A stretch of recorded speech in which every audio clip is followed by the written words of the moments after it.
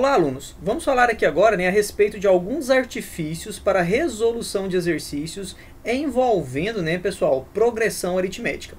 Bom, lá nos vídeos relacionados à progressão aritmética, tá, pessoal, nós também tínhamos lá, né, alguns artifícios para resolver exercícios, correto?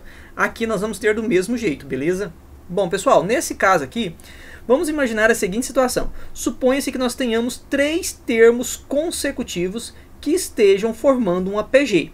Pessoal, como é que eu vou pensar nesses três termos consecutivos formando um APG? Se o exercício falar apenas dessa maneira para vocês e não informar quem são esses três termos consecutivos, galera, é para você pensar nessa situação aqui. Professor, como assim pensar nessa situação? É para você pensar que o elemento do meio lá, né, ou seja, o elemento que está no meio é o x. Antes do x, você vai ter aqui então, né, o x dividido por q, e depois do x nós vamos ter o x que multiplica q, certinho? Bom, professor, ainda não entendi essa ideia. Vamos pensar aqui, né, pessoal, nessa situação aqui, olha, deixa eu pensar aqui, o 4, tá, pessoal, o 8 e o 16, beleza? Muito bem, pessoal, se esses três valores, eles estão formando um APG, veja bem, esse carinha aqui para mim, ele representa o x, correto? Muito bem.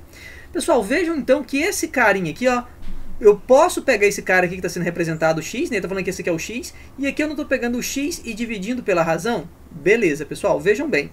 Pessoal, quanto que é 2 vezes o 4? Não é 8? Quanto que é 2 vezes o 8? Não é 16? Percebam aqui, pessoal, que nós sabemos que a nossa razão ele é o número 2, beleza? Então vejam, pessoal, que o 8 dividido por 2 não vai dar o resultado 4, que é justamente esse carinha aqui? Maravilha.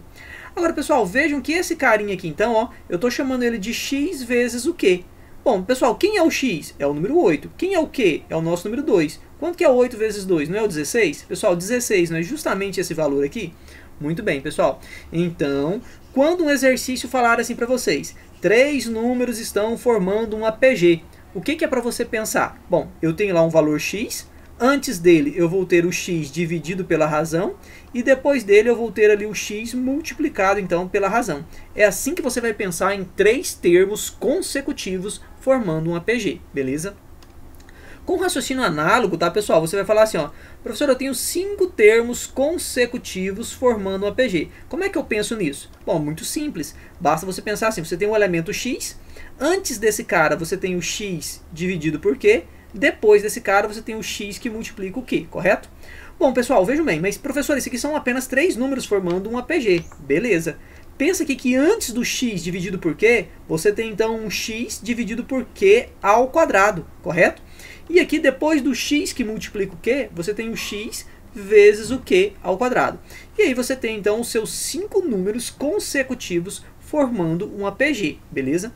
Professor, e se o exercício falasse para mim que eram 4 elementos consecutivos formando um APG? Bom, você poderia pensar nessa situação aqui, né? Você poderia pensar nessa situação aqui, ou você poderia, tá, pessoal, pensar nesta situação aqui, né? Seria isso aqui, certo? Mas, pessoal, quando aparece algum exercício com essa ideia, né, geralmente os exercícios aí nos livros didáticos, eles vão aparecer falando que 3 termos consecutivos estão em PG ou que 5 termos consecutivos estão em PG, certinho? Que são essas duas ideias aqui, certo? Mas caso ele fale que tem ali 4 termos consecutivos em PG, essa é a ideia, tá, pessoal? Ou você apaga esse carinha, certo? Ou você apaga esse carinha. Aí fica a critério teu, beleza?